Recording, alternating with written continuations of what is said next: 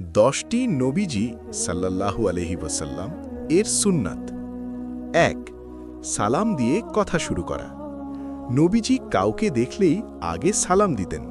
উদাহরণ, আপনি দোকানে ঢুকে সালাম দিলে পরিবেশ বদলে যায়, সম্পর্ক সুন্দর হয়। ২. মুচকি হাসা। নবীজি সাল্লাল্লাহু আলাইহি ওয়াসাল্লাম এর মুখে প্রায়ই হাসি থাকত। উদাহরণ, ক্লান্ত মুখেও একটু হাসি দিলে সেটাই হতে পারে আপনার সাদাকা। ৩. ডান হাত দিয়ে কাজ শুরু করা। নবীজি সাল্লাল্লাহু আলাইহি ওয়াসাল্লাম ভালো কাজ ডান দিক থেকে শুরু করতেন। উদাহরণ, খাবার, পোশাক বা মসজিদে ঢোকা। এই ছোটা সুন্নাত বড় বরকত আনে। ৪. খাবারের আগে ও পরে দোয়া। নবীজি সাল্লাল্লাহু আলাইহি ওয়াসাল্লাম খাবারের আগে ও পরে আল্লাহকে স্মরণ করতেন। উদাহরণ, বিসমিল্লাহ বললে খাবারে বরকত আসে, শয়তান দূরে থাকে। ৫.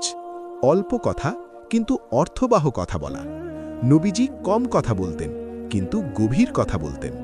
উদাহরণ, অপ্রয়োজনীয় কথা কমালে মানুষ আপনাকে সম্মান করতে শুরু করে।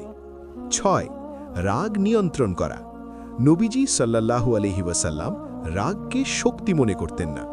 উদাহরণ, রাগ এলে চুপ থাকলে অনেক বড় গুনাহ থেকে বাঁচা যায়। ৭. পরিষ্কার পরিচ্ছন্ন থাকা। নবীজি সাল্লাল্লাহু আলাইহি ওয়াসাল্লাম পরিচ্ছন্নতাকে ঈমানের অংশ বলেছেন। উদাহরণ, শরীর ও পরিবেশ পরিষ্কার রাখলে মনও পরিষ্কার থাকে। ৮. অন্যকে কষ্ট না দেওয়া। নবীজি সাল্লাল্লাহু আলাইহি ওয়াসাল্লাম কখনো কাউকে কষ্ট দিতেন না। উদাহরণ, আপনার কথায় কেউ কাঁদলে ওটা সুন্নাতের বিপরীত হয়ে যায়। ৯. ঘুমানোর আগে দোয়া ও জিকির। নবীজি সাল্লাল্লাহু আলাইহি ওয়াসাল্লাম ঘুমানোর আগে দোয়া পড়তেন। উদাহরণ, জিকির করে ঘুমালে রাত হয় নিরাপদ, ঘুম হয় শান্ত। ১০. ক্ষমা করে দেওয়া। নবীজি সাল্লাল্লাহু আলাইহি ওয়াসাল্লাম প্রতিশোধ নেননি, ক্ষমা করেছেন। উদাহরণ, কেউ কষ্ট দিলে ক্ষমা করলে আল্লাহ আপনার মর্যাদা বাড়িয়ে দেন।